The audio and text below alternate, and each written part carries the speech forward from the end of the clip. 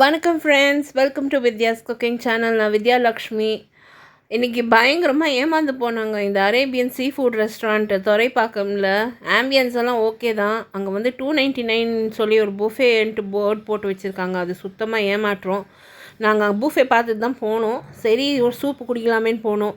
Graph soup அநியாயமாக நாங்கள் குடித்து முடித்த பாடு நான் வீடியோவே ஸ்டார்ட் பண்ணேன். கிராப் சூப் அவ்வளோவே ஒரு டேஸ்ட்டே இல்லை, வெறும் மிளகு தான் இருந்தது அதில். அடுத்து வந்து அங்கே வெயிட்டர்ஸ், மேனேஜர்ஸ், ஆர்டர்ஸ் எடுக்கிறவங்களுக்கு அவங்க என்ன ஃபிஷ் வைக்கிறாங்க, அங்கே என்ன சமைக்கிறாங்க ஒன்றுமே தெரியல. அது பேருங்களே தெரியல.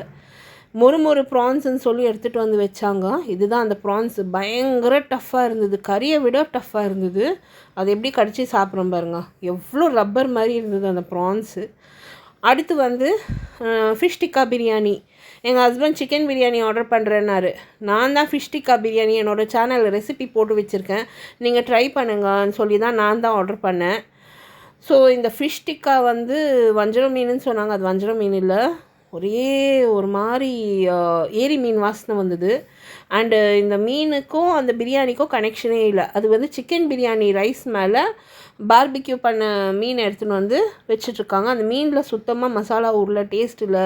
இந்த ஏரி மீனில் வரும் வாசனை இல்லைங்களா, அந்த வாசனை எல்லாம் என் ஹஸ்பண்ட் அப்படியே விட்டுட்டார். நான் தான் அந்த ஃபிஷ்ஷு ரைஸ் எல்லாம் கொஞ்சம் ஓரளவுக்கு காலி பண்ணேன். மொத்தமே பில்லு 1567. ஏமாந்து போயிட்டோங்க.